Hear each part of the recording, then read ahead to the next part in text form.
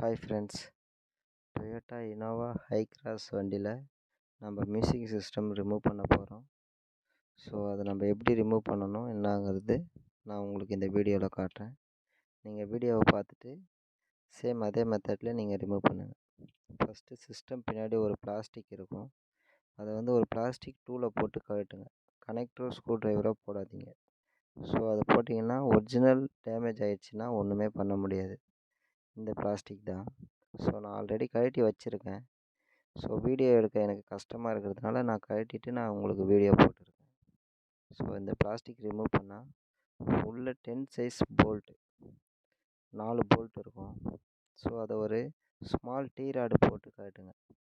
வேறு எது ஸ்பேனரோ ரிங்ஸோ அந்த மெத்தடில் இதை கழட்ட முடியாது. ஒரு சின்ன டீ ராடு போட்டு கழட்டினீங்கன்னா ஈஸியாக வந்துடும். ஸோ 4 போல்ட்டை உள்ளே மிஸ் பண்ணாமல் வெளியே எடுத்துருங்க. ஸோ உள்ளே போயிடுச்சுன்னா வேறு எதிலனா உள்ளே போய் மாட்டிட்டு சவுண்டு கேட்கும். அதனால் 4 போல்ட்டை கேர்ஃபுல்லாக எடுங்க. போல்ட்டு காட்டினதுக்கப்புறமா சிஸ்டம் வெளியே வலிச்சிங்கன்னா ஈஸியாக வந்துடும். ஸோ ரொம்ப கஷ்டமாக இருக்காது.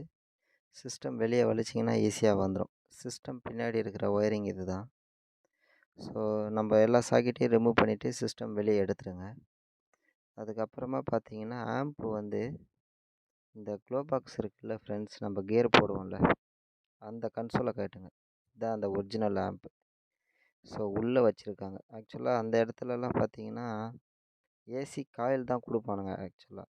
ஸோ இந்த ஐக்ராஸில் மட்டும் ஒரிஜினல் ஆம்ப்பு அங்கே வச்சுருக்கானுங்க.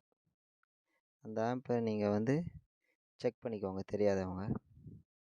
ஓகே ஃப்ரெண்ட்ஸ், நான் இந்த வண்டியில் ஆடியோ ஃபுல் ஒர்க் பண்ணுறேன். நான் நெக்ஸ்ட் வீடியோவில் உங்களுக்கு அதை நான் ப்ளே பண்ணுறேன்.